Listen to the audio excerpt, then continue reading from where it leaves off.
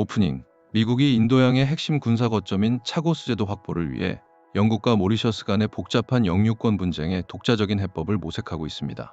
영국과의 기존 협상이 사실상 난관에 부딪히자 미국이 직접적인 영토 매입 방안까지 검토에 들어간 것으로 파악되었습니다. 본문. 로이터 통신은 최근 영국 일간 텔레그래프의 보도를 인용하여 미국 정부가 영국을 거치지 않고 차고스 제도 내 디에고 가르시아 섬의 통제권을 확보하기 위한 별도 협상안을 마련했다고 전했습니다. 이 계획은 실제 매입이 이루어지기 위해서는 영국의 차고스 제도 주권 이양 절차가 선행되어야 하며 이후 미국과 모리셔스 간의 추가적인 협상이 필요할 것으로 보입니다.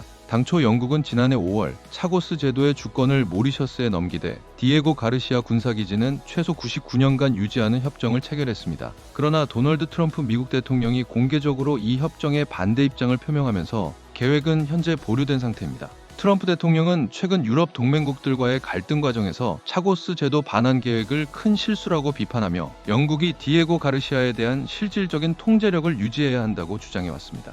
미국의 차고스 제도 확보 노력은 디에고 가르시아의 전략적 군사 가치와 무관하지 않습니다. 인도양 중심부에 위치한 디에고 가르시아는 중동, 아프리카, 아시아를 잇는 핵심적인 전략 거점으로 미국은 이곳을 통해 장거리 폭격기와 해군 전력을 효과적으로 전개해왔습니다.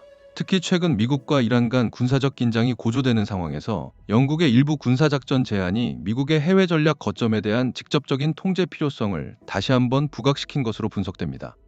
더불어 인도양에서 세력을 확장하는 중국 해군력의 증대 역시 이번 사안에 변수로 작용하고 있다는 평가입니다.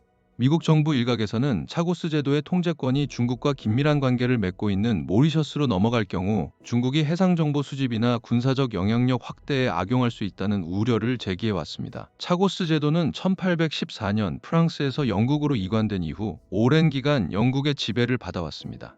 영국은 1965년 모리셔스의 독립을 앞두고 차고스 제도를 분리하여 영국령 인도양 영토로 지정하였으며 이 과정에서 미군 기지 건설을 위해 약 2,000명에 달하는 원주민을 강제 이주시키는 아픈 역사를 남겼습니다. 이후 모리셔스가 제기한 국제분쟁에서 2019년 국제사법재판소는 영국의 차고스 제도를 반환해야 한다는 판결을 내렸고 이에 영국 정부는 지난해 10월 차고스 제도의 주권을 모리셔스에 넘기기로 합의한 바 있습니다. 텔레그래프는 미국 재무장관 스콧 벤산트가 이끄는 행정부 내에서 차고스 제도 매입 구상이 검토 중인 여러 방안 중 하나라고 보도했습니다. 아직 구체적인 매입 가격은 공개되지 않았으나 당시 영국은 차고스 제도를 모리셔스에 반환하는 대가로 99년간 군사기지를 임차하는 조건으로 약 350억 파운드, 한화 약 72조 8천억 원을 지급할 계획이었습니다. 클로징. 미국의 독자적인 차고스 제도 확보 움직임이 국제사회의 이목을 집중시키고 있습니다. 앞으로 영국과 모리셔스 그리고 미국 간의 복잡한 외교적 협상이 어떻게 전개될지 귀추가 주목됩니다.